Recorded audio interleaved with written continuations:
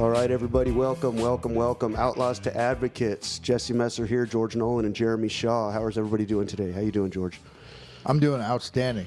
Started a new job at a company you work for. Life is great, man. So grateful. So grateful. What about you, Jeremy?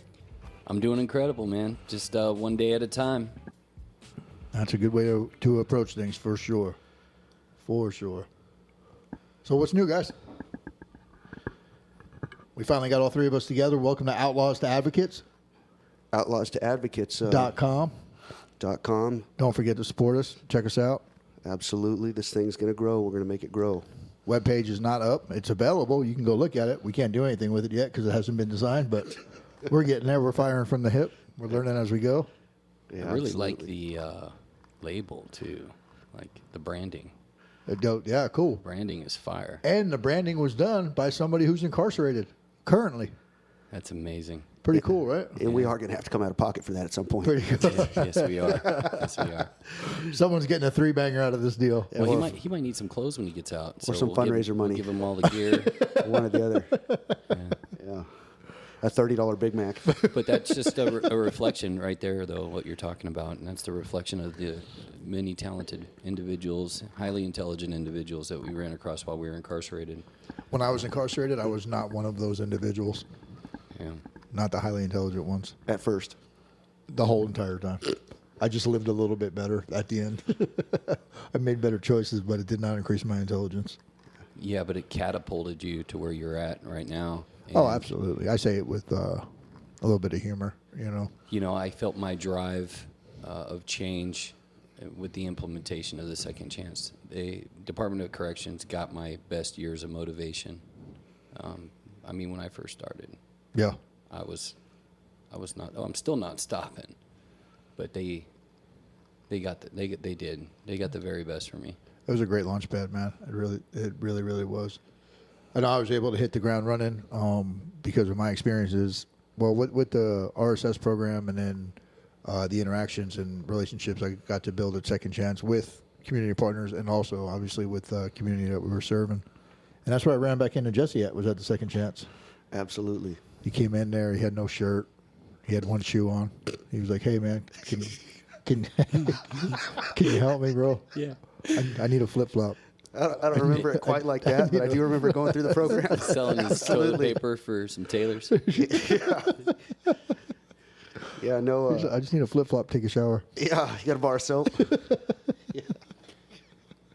Oh, good old days. Good old days. Man. What's interesting, and you know, it's what I've found is when I talk to my former warden today, is the amount of compliments I give him about how it was just that strange dichotomy, you know, like what you spoke on, and how we work together. And out here, now it's all for the greater good. And when I throw him compliments, his response was that I'd never had anybody say such nice things to me before.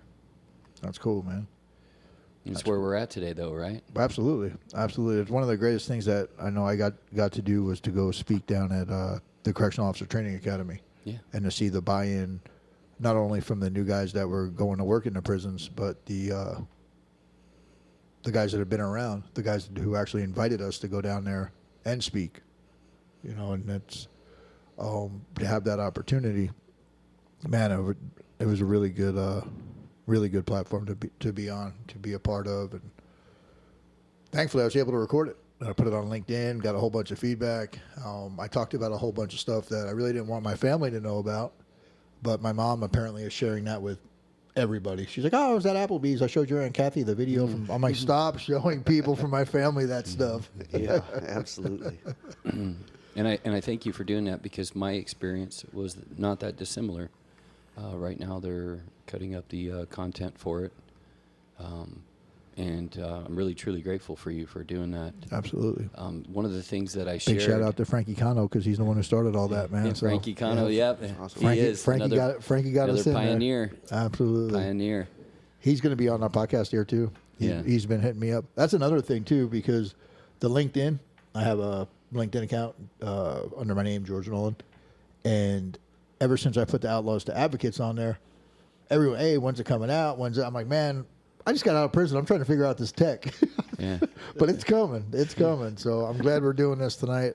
My goal tonight is after we get this recorded to figure out how to get it off of here onto the computer, and I'll just release it rough. We don't need no edits. Just get it rolling. Just what get it was rolling. really cool to witness is how much you drowned it in the pool of popularity coming out of there. It was like we were so glad you were out. That was cool. And the impact that you've had on the community is a reflection of who you were in there.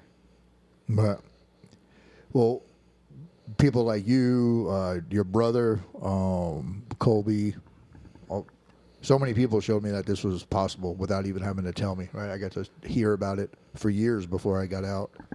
And then I got to see it when I was out, and I seen the happiness and the camaraderie and the brotherhood, and whether if everybody was like-minded and willing to change, there were so many hands to help move forward. And then all the people that were resistant kind of just get out the way. You know, I remember Danielle Jones, she called me and she Yes. said, George I is love getting Danielle out. Jones.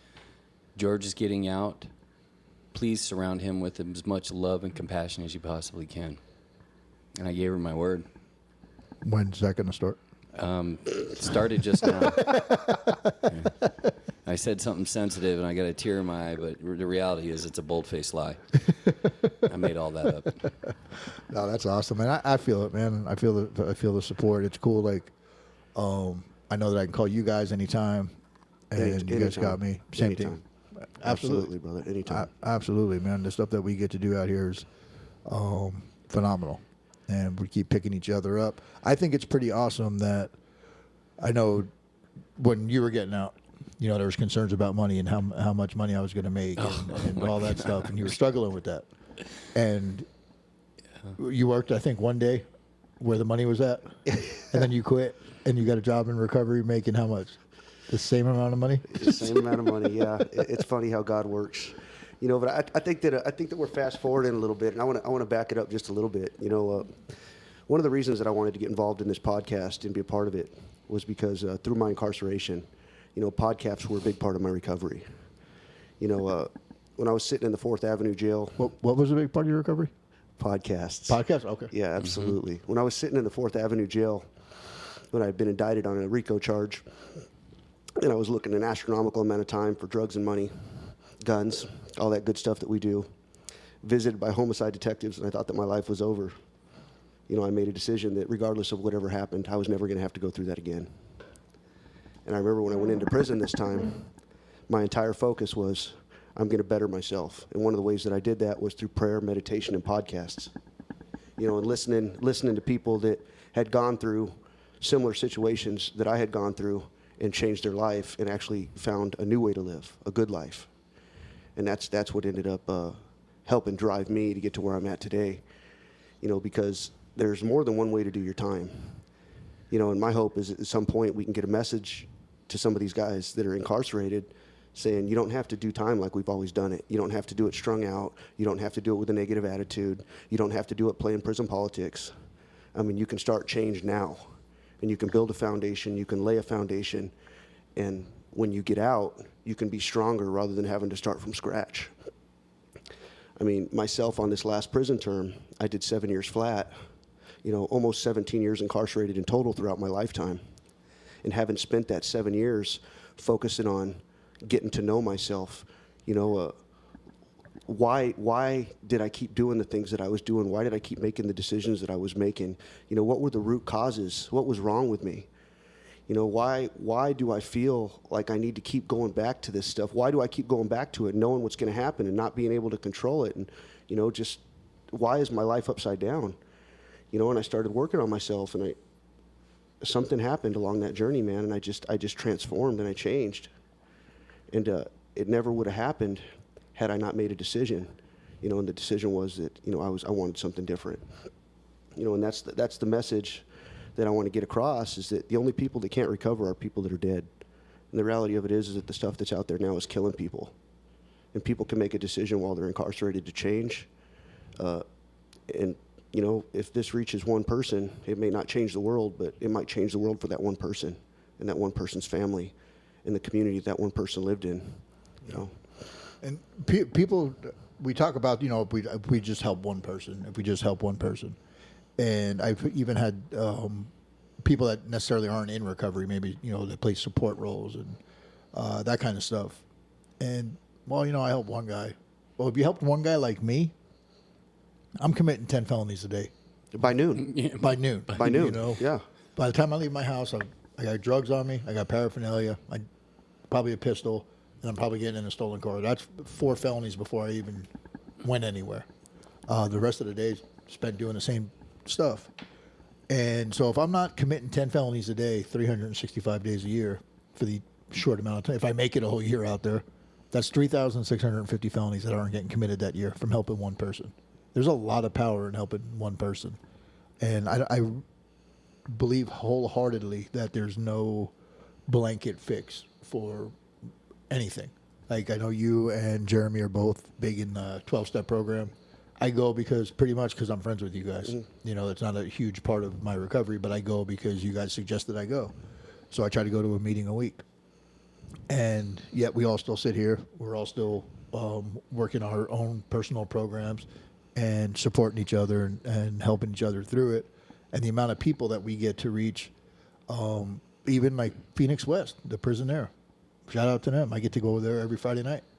We speak at graduations. Jeremy goes in and speaks at the reentry class. I know he hit a little snafu there, but we're going to get that figured out. The amount of service work we're able to do and pour back in, because I was talking to my mom the other day, and she's like, well, your past got you to where you are now. And I was like, yeah, and I get it. I'm still struggling with that. I'm still reconciling, because while that's true, that's great, whatever, I still left a lot of wreckage, right? Obviously, I have family stuff and bad dad, bad brother, all that. But I have actual victims. And to me, the only way that I can continue to say that I practice self-forgiveness, because I can't just say I forgive myself and move on. That's just not, it doesn't make any sense to me. But I have to continually try to be the best I can be every day. And I don't mean the best like better than anybody else. I mean just the best version of me. And not repeating the behavior. And definitely not repeating the behavior, but also doing above average stuff to help the community, to be of service, to help people realize that their history, like you were talking about, what they've been doing, they don't have to continue to do. Their history doesn't have to be their destiny. They have to make that decision, whatever that decision looks like for them, and continue to move forward. And that's one of the best things that I get to talk about on Friday nights when I go into prisons. Well, and that's one of the reasons I'm so grateful to have guys like you guys in my life. I mean, the reality of it is that I've been getting high since I was 14 years old. And the majority of the people that I've ever been close to in my life have lived the same way. They're all felons, they're all convicts, they're all people that are in and out of prison, in and out of addiction. And if I didn't take the time to get to know people that were like-minded and on the same path, then basically I would have gotten out of prison to a support system of people that are doing the same thing. Yeah. And I think that it's huge to have people in your life that are going to, lift you up instead of keep you down. I think that's so important, meeting new friends, new associations, leaving that past behind us, and it's hard because some of my best friends are people that are out there killing themselves. I love those guys. But I can't be around them. Absolutely. I just can't do it. Yeah. So Einstein said that you can't go into a problem with the same reasoning that created it. And when I read that back in 2013, I was like, I'm going to get out the same if I don't start making changes. And for me, when I hit that crossroads in a shower, butt naked, with nothing, I mean, I literally was nothing. And through nothing, I found everything, right? And for me, and I don't know what your guys' spiritual path is. It's yours. It's sacred. You walk it. But all three of us were afforded that same light and opportunity, and then we had to be responsible for it. No. And that's where the forgiveness and action that you're talking about, George, really takes place, because like you were saying, drugs are everywhere in prison. What was next to that? A bad attitude. How does the light shine in that dark place? And for us to be able to see it is a miracle. And it's a blessing, because I know for me, I don't feel like I deserve that light. Yeah. based on the way that I was living. I mean, my biggest fear is that I was going to grow old and die in prison alone as my family slowly died off, my friends slowly stopped keeping in touch with me, and then one day I would wake up and I'd be 70 or 80 years old with nothing, you know, wondering what had happened and why my life had passed me by, and then I would just pass away. You know, that's my biggest fear. That's a real possibility if you were lucky enough to live that long. Yeah. And like we were talking. Certainly not on that prison diet. No, absolutely not. And we were talking before about, you know, the path and the light coming on, and how it's funny how things kind of like translate. Like even when I started running, I ran for literally 1 minute the first day. I'm like, let me just go run a minute. And then the next day I ran 2 minutes. Well, if you do that, it adds up pretty quick. By the end of the month, I'm running 30 minutes. That's a pretty long time. And then now I run between 3 and 6 miles, you know, 4 or 5 days a week. My recovery path was kind of the same. I had the worst recovery plan ever. I did drugs less. I'm like, I'm just going to do drugs less. That's what I'm going to do. And so I did drugs less. And for me, I had gotten pretty sober for a while, right? I wasn't really using. And when I got to the unit that I became a recovery support specialist on, my neighbor had gotten some meth in the mail. And he was like, hey, man, you want some? And my doping mentality, immediately, I'm used to saying yes to everything. Absolutely. And I threw it in my mouth. And I was like, oh, my God, dude, what did I just do? So I went immediately over because I had an accountability partner. I didn't know what accountability was then, but I had an accountability partner. And I was like, hey, man, I messed up. With Jerry from Freebird Auto. And I was like, dude. And he's like, you're an idiot. I was like, yeah, I know, man. He was so pissed, dude. And I was like, yeah, I messed up. So what happens the next day? UA. So I'm not going to get too graphic on here. I end up with a sriracha bottle trying to put water in the way that water comes out. And that don't feel great. And I go down there to take a UA, and it happened to be someone who wasn't really paying attention. So I was able just to put water in the cup and leave. And I'm like, man, that was my free pass.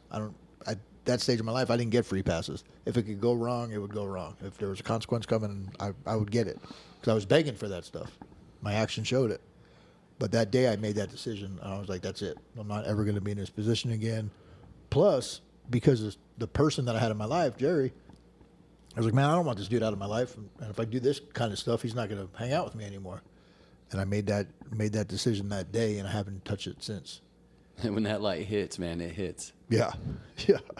Like when it hit me, I still had 9.5 years to do. And it's all I dreamed about was getting out. Oh. And I started changing like some of the words that I'd use about myself, that this is not who I am, that I will get out one day. This is not my home, right? When I say that this isn't my home, this is the taxpayer's house. Yeah, absolutely. This is my temporary living establishment. I was careful to not use those words around lifers, though. But I remember picking up a Hazelden manual that said relapse prevention on it, and introducing myself to recovery support long before that the prison even recognized it. And anytime I ever fought to get into a new door, I'd get moved. I was on 11 different visitations in a 10-year sentence. Yeah, it happens. You get moved around, you get pushed to the side, you get redirected. Try telling them what key number opens that door. You get moved real quick. Yeah, that's a rough lesson to learn, huh? Sometimes we just got to be less helpful in situations like that. Yeah, it's pretty crazy. Even tonight, man, just being able to come here together. Obviously, the people that are listening to this don't know, but we've already recorded a couple of podcasts. But for some reason, well, not for some reason, because we are extremely tech challenged. I'll take responsibility for it because the equipment's over here at my apartment. We were unable to get the mics going tonight, or one of them. So we had to reset the whole thing and start from scratch. But we figured it out. We watched some YouTube videos. We got it together. And now we get to sit here. The YouTube professor. The YouTube professor got us through it. Now we get to sit here and have an amazing conversation, put together some content. Hopefully it reaches one person. and we're able to help them. And just to be able to sit here and do this with, I got 17 years in prison. You got Close to 17 if you count jail and prison so I'll call it incarceration. 17, so that's 34. 17. Yeah. 17 years? Yeah. Damn, that's Yeah. we all have said we should have called the podcast 17. Took us 3 weeks to come up with the stupid name that we got. Yeah. We could have just called it 17. Yeah, if you guys are trying to come up with a podcast name, good luck to you because they're all taken. Yeah, they're all taken. They are all taken. We're serious. 3-4 weeks trying to find one that wasn't taken. In one form or another. You're so right, Jesse, in the fact that they came out with these tablets the last 2 years of my incarceration, and I immediately fasted from the TV, dived into that tablet, listening to Lewis Howes, No. talking with Joe Dispenza and Jordan Peterson and all these life-changing figures, Tony Robbins, and I was just like, this is amazing. This is what's going on out there. Yeah, the podcasts were a game changer for. What's cool is that my Mindsets. mindset was connected to what was going on out there. Yeah, I still listen to Motiversity every morning. Me too. I still do it. Me That's too. cool. No. Every single morning. Yep. I have a friend usually that stays over here during the week, and he'll crash on the couch. And when he crashes on the couch, I get up at 4 o'clock in the morning. They're not up yet, but Motiversity's going. Absolutely. You're just gonna have to sleep through it because it's time to get it together. I actually have a friend who was recently released from prison, who's struggling a little bit overwhelmed, going through some stuff, and called me yesterday. We had a long conversation. I said, "Man, you got to start listening to Motiversity. You got to start after to. you listen to Outlaws to Advocates. You should definitely listen to Motiversity because there's some really cool stuff on there. It's a great way to start the day, man. It really is. For me, the podcast that got me going in prison was Michael Santos. It was called Success After Prison, and he used to have different guys. And like I talked about earlier, our recovery paths all being different. That's one of my favorite things about recovery is Personal. embracing that uniqueness. Yeah, it's different for everybody. I think Absolutely. that's phenomenal. I don't care what it is. It works for you. Awesome. And he would bring all these different guys that are going through reentry on, and he'd interview them about what their path was. Some of them I connect with. Other ones I just learn from a little bit. I get something out of everything.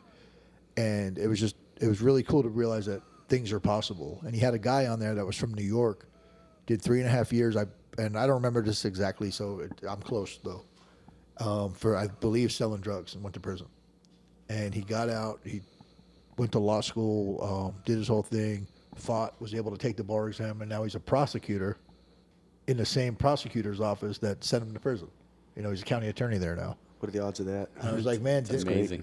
That's just, we can literally do whatever we want. We literally can. And I know that the guys sitting here at this table tonight, we prove that. We 100% prove that. It's a miracle that we're not getting loaded right now. Yeah. People like us. Or fighting the urge to get loaded.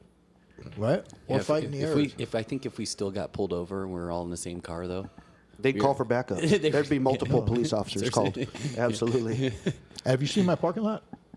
It's not like there's not access to it. Yeah, it would definitely be a felony stop, guaranteed. For sure. But yeah, so it's great to be where we're at now, doing what we're doing now, having the impact that we're having now. And for me, honestly, man, I go to bed every night exhausted. I work my butt off. exhausted. Exhausted. I haven't had a bad day since I've been out of prison. I really have not had a bad day. Even the way I look at stuff now, same thing. Podcast. I heard it. Guy said, I am 100% responsible for everything that happens in my life. And when I heard it, I was like, nah, that's not true, man. If Jeremy calls me a dick, that's Jeremy's fault for calling me a dick. And the guy immediately, his next couple of sentences, these were my thoughts that were going on simultaneously. He's like, yeah, man, if someone calls you a name or talks to you crazy and you respond crazy, it's because you didn't have the coping skills to deal with it. And immediately my mindset changed. I'm like, it's literally all on me. Yeah. And I was able, almost instantaneously in that moment, take my power back. It's all up to me.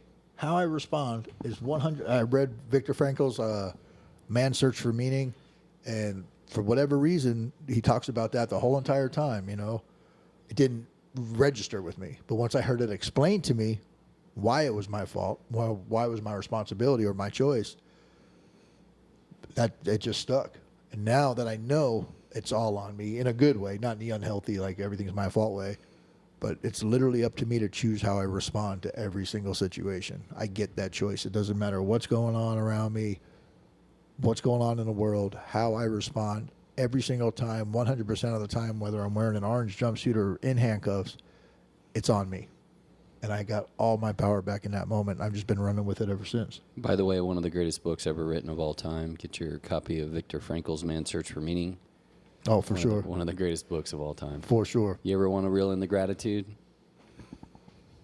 That's phenomenal. Phenomenal book. Oh, speaking of books, I just got I'm reading that The First 90 Days. Yeah. That's a pretty good book, It's a man. good book. The onboarding book, Yeah, when you get Jeremy and I both got new jobs, and Jeremy recommended a book to me called The First 90 Days, and it's how to approach an onboarding process. And it's cool because when I was going into my current company, I was thinking in my head, I'm like, oh, I can do this, I can do that. And that book says, go in there with an open mind. It doesn't matter what you did up until now. Stay humble, stay curious. Absolutely. And it kind of reset me walking in there. So it's already showed me that value just to stay open, learn the new company policies, check out the culture, see what works, what doesn't work, and then, start making adjustments from there. And even if it's like and what it taught me too is like even if there's like a topic or something like an area of study, like intake is like something I feel like I've mastered, right? And I met with the intake director. When you were a cop at the jail, or? Yeah, because it's but it was like I wanted to ask questions, because I've done intake, but have I done hospital intake? Have I done crisis care intake? No, Right. no, I haven't. I can't. What I did over there is not going to work over there. No. And what's cool is you know what? I'm going to tell you, with this new job, I've been so welcomed. And I've never felt that welcomed since the day I got out of prison. That's awesome, man. That's how they've made me feel over there. That's awesome. It is amazing. Well, just live in proof, man, that if you get out and you do the right thing, doors open for you. Period. 100%. Doors open. 100%. I picked up Eric Thomas's UOU. Oh, nice, yeah. Oh, That's it's great. fire, dude. Yeah, I love absolutely. ET. Because ET's he's the great. business. He's speaking to me when I'm reading. He's fire, man. So it's like sometimes he's yelling at me, and Yeah. sometimes he's just talking to me. Yeah. Listen to me. Yeah. Listen to me. Yeah. Oh, I love it, man. Yeah, he's fire. Yeah, definitely one of my favorites. Yeah, and his learning to breathe, wanting success. Absolutely. I hit that at least once every couple of weeks. I believe the quote is, when you want success as much as you want to breathe, Then you're going to start getting somewhere. That's when you'll get it. Absolutely. Yeah. And it's awesome. It's a great question I ask in my groups in the prison. Every time I have a chance to talk to people that are looking for personal development. And, are you great? Do you want greatness? Oh, yeah, absolutely I do. What are you doing right now that's great then? Yeah. And most people can't answer that question. What are you doing that's great? If you're not doing anything great, greatness ain't coming. So one of the things I used to do, and I used to ask a full class, is who's writing down their goals? And only like 3 guys raised their hand out of 20. I was like, here's the recidivism rate. Yeah, that's it right there. Yeah. 100%. And then you go from writing them. Now, who's working on your goal? Who's Yeah. working toward it? What are you doing to work toward it? Now you have Absolutely. it. What are you doing to work toward it? So in my defense, you can see my whiteboard. And I know it's got the same number of check boxes checked as it had like 2 weeks ago. But I have submitted some of that stuff. But I've gotten feedback, so I have to make some corrections. I'm not able to check the box yet. Now that I've come over here and looked at your whiteboard, I'm going to trash the one I got and get a bigger one. Well, that was my original whiteboard. And I'm like, this is never going to work, dude. It's never going to work. Yeah. Yeah, never gonna work. Never, ever going to work. That's your running calendar, right? Is that? That's you what it run- is. Yeah. That's what it is now. Yeah. I just X's and O's. Yeah. X's and O's. X's and O's, baby. Cash and So, checks. we're going to start winding it down here. Do you have anything you want to say before you take off? Because you're leaving immediately after this, right? Yeah, no, I plan on staying the night, and I snore. Awesome. The most important advice I could give to somebody that's struggling, man, and this is something that worked for me, is that just learn to outlast the season. The reality of it is that struggle, hard times, emotions, feelings, all this stuff comes and it goes. And for me, what I had to learn from spending so much time incarcerated was that I had to learn how to get through the hard times without self-destructing. Yep. Because the reality of it is, if I use drugs, it's going to make my problem worse. If I have a negative attitude, it's going to make my problem worse. If I become resentful, angry, and violent, it's going to make my problem worse. And I just needed to learn to just sometimes just be okay when I'm not okay, and learn to look for the good instead of the bad. Learn to have an attitude of gratitude. Instead of worrying about what's wrong with my life, try to focus on the things that are good in my life. Because you can take the exact same person in the exact same situation, in the way that I view that situation can affect the way that I feel, because how I think affects how I feel. So for somebody that's maybe struggling or somebody that's going through some stuff, try to focus on the good in your life. And that's what I noticed helped me when I was having tough times. That's awesome, man. I'm going to build off that a little bit too, because you talked about the way you think affects how you feel. Absolutely. Right? So if we trip on a little crack in the cement, someone sees us, there's a good chance our face might get red. Yeah. Right? From a slight little bit of embarrassment, our face might flush. So imagine what the hard stuff that we dwell on does to our bodies, right? That we don't get to see, that's happening inside of us. If a little trip, a little small embarrassment can change the color of our face, imagine what real stress, not even real stress, but stress that we choose to allow to affect us that way and impact us that way does to our bodies. For me, my message to get out of here tonight is anyone can change. We can literally do whatever we want. We just have to make that decision. And if you want to be great, just start doing great stuff, man. It's that simple. What do you got, Jeremy, before we sign off? Just like the same light that was afforded to all three of us, it's the same light we all share. We give it to you now. Take it in, find it, run with it. And you know what? Just like George was saying, find an accountability partner, because connection is the ultimate cure to not